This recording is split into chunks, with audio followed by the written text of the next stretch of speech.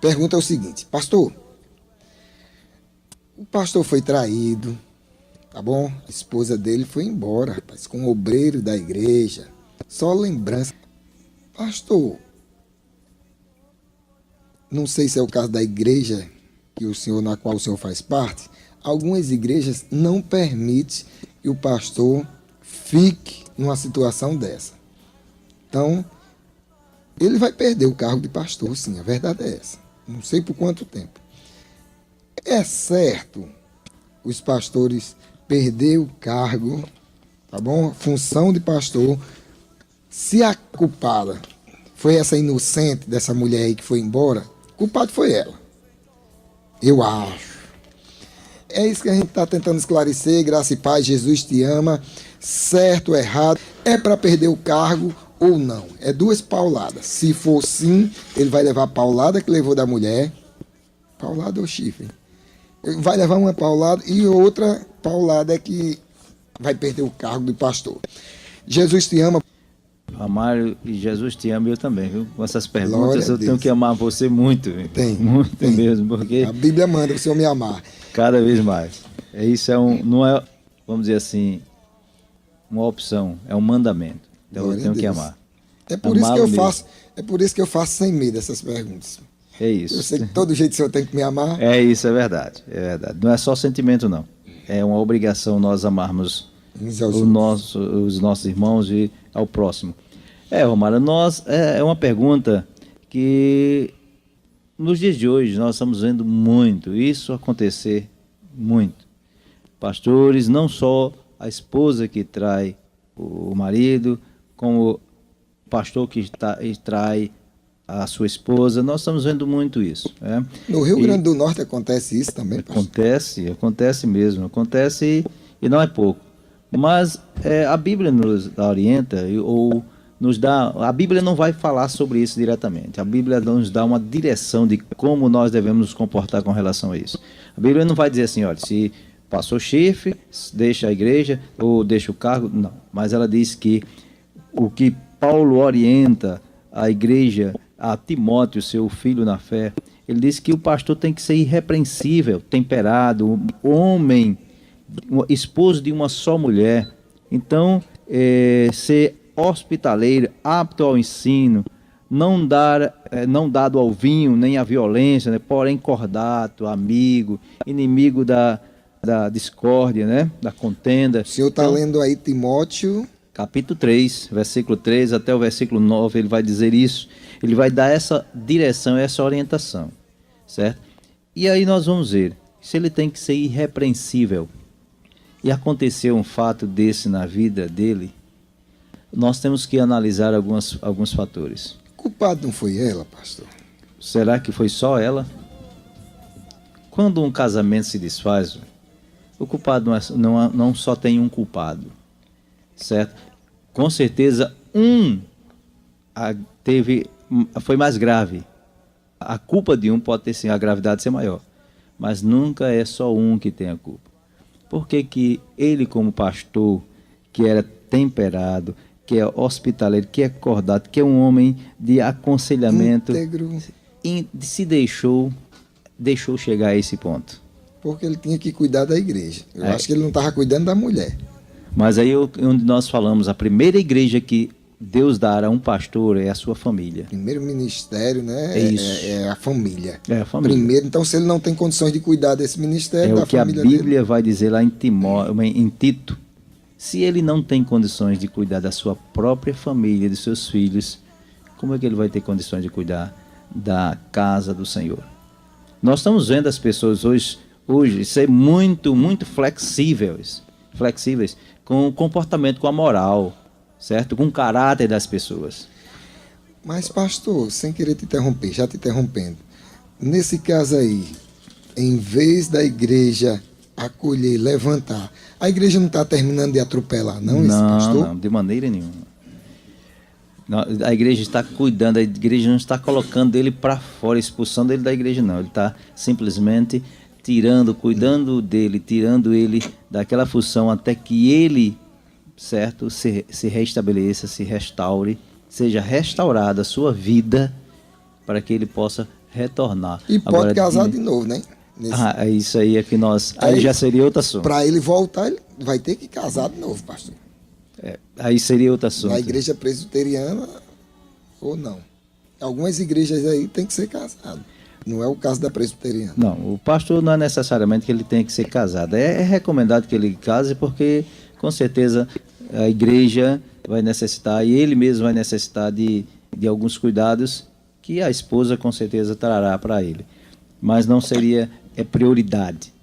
Prioridade é ele conhecer a palavra de Deus, ser fiel à Bíblia e ter uma vida íntegra, irrepreensível. Então, para nós vemos que para a nossa igreja, a igreja presbiteriana, o que a igreja faria? Ele seria, sim, afastado da função de pastor, não afastado da igreja. Ele seria levado para a igreja, aí seria cuidado na igreja, ele passaria um tempo, certo, sem ministrar, sem pastorear a igreja, para ser restaurado, a sua vida ser restaurada, certo? Cuidar dele, e aí sim, dependendo do tempo, e é isso aí, nós não vamos dar tempo. Misericórdia. Nós vamos cuidar, com certeza. Não é fácil, mas imagine se ele chega uma pessoa para pedir um aconselhamento a ele sobre a sua família, a sua esposa. Como eu devo cuidar da minha esposa? E ele, o que ele diria? Me diga qual é o conselho que ele ia dar. Ser irrepreensível. Qual o conselho que um pastor que a esposa o abandonou, deixou ele com os filhos, tudo, e foi embora? Qual o conselho que ele daria a um jovem da sua igreja que está passando por dificuldade com a sua família, que está enfrentando lutas com a sua família? Qual o conselho que ele ia dar? Sobre traição, ele ia ter uma experiência assim. Não seria agradável. Negativa, mas ia ter uma experiência então, assim. Então, é isso que nós queremos dizer, os amados ouvintes. As coisas de Deus é séria, não é brincadeira. Nós não podemos estar acontecendo o que está acontecendo nos dias de hoje. Pessoas que têm uma vida totalmente fora dos padrões da palavra do Senhor, mas vêm e assumem a igreja. Pessoas que estão vivendo uma vida totalmente fora dos padrões bíblicos, do que a Bíblia requer de um líder, mas está liderando a igreja, está à frente, pregando, está administrando louvor, fazendo muitas coisas. E a igreja não reage com relação a isso. 24 horas na igreja e abandonando aí os filhos, saindo, sendo criado de qualquer jeito, a esposa necessitando do apoio e ele só a igreja, só na igreja. Isso mesmo. Mostra que ele não tem condições de administrar. Porque ele está pensando que para administrar, para ser servo de Deus, ele só tem a igreja. E esqueceu que ele primeiramente tem uma família. Mesmo solteiro, mesmo pastor que seja solteiro, ele tem a família dele, ele precisa cuidar dos seus pais, dos seus irmãos, ele precisa estar ali orientando, buscando. E aí é o exemplo que ele tem que dar. Rapaz, eu pensei que o pastor ia ser advogado dos pastores, mas matematicamente aqui parece que o senhor está dizendo que ele tem que se afastar mesmo do cargo de pastor. Eu sem querer interromper, mas tem sentido, pastor. No seminário eu aprendi isso aí. Acho que foi ética cristã que a gente tocou nesse assunto, ou ética pastoral. Ética cristã. Por exemplo, eu conheci a minha esposa, ela tinha 18 anos, 17, 18. De 0 a 17, a educação dela foi dos pais. Isso. Pai, mãe, tia, e mal educada, diga-se de passagem. Até os 17 anos, a formação dela foi a educação dos pais. De 17 anos, 18 anos, ela começou, aí faz 24 anos, 23, 24 anos. Aí a responsabilidade é do cabeça, é do homem. Então, isso. A responsabilidade é minha, da educação dela. Com certeza. Todo erro que houver, o culpado não é ela, não. Se eu chamar ela de ignorante, de grossa, de preguiçosa, eu tô falando que eu sou grosso, eu sou preguiçoso. Que somos uma só carne. Isso, e a outra educação cabe ao cabeça. Isso. Ao cabeça. Você é burra. Quando você está chamando, você viu esposo, você marido está chamando tua esposa, tá? Você está dizendo que você é burro. porque a responsável pela educação dela é você. Então você é quem tem que transformar ela. Se ela me trair, o culpado não foi só ela, não. A educação foi do marido, do cabeça, que não deu toda assistência, não amou, não acolheu, não estava presente, dia de aniversário, festa e tal. Então, estava ausente. Isso aí é verídico, isso aí tem sentido, não tem, pastor? Com certeza, é justamente isso que eu estava dizendo a você. O problema não é somente dela, que vamos dizer assim, colocar a culpa na mulher que foi embora, deixou o esposo, foi embora. Mas ele que não teve o cuidado de zelar pela sua família, pela sua esposa, pelo caráter, por ensinar justamente isso, ensinar, estar vivendo ali diariamente, mas muitas vezes por qualquer coisinha, qualquer empecilhozinho, cria-se um clima de intriga, briga, de desafeto um com o outro. E isso é o que leva o desgaste do casamento. E nós, como pastores, estamos sujeitos a isso. E nós, como pastores, precisamos nos policiar com relação a isso.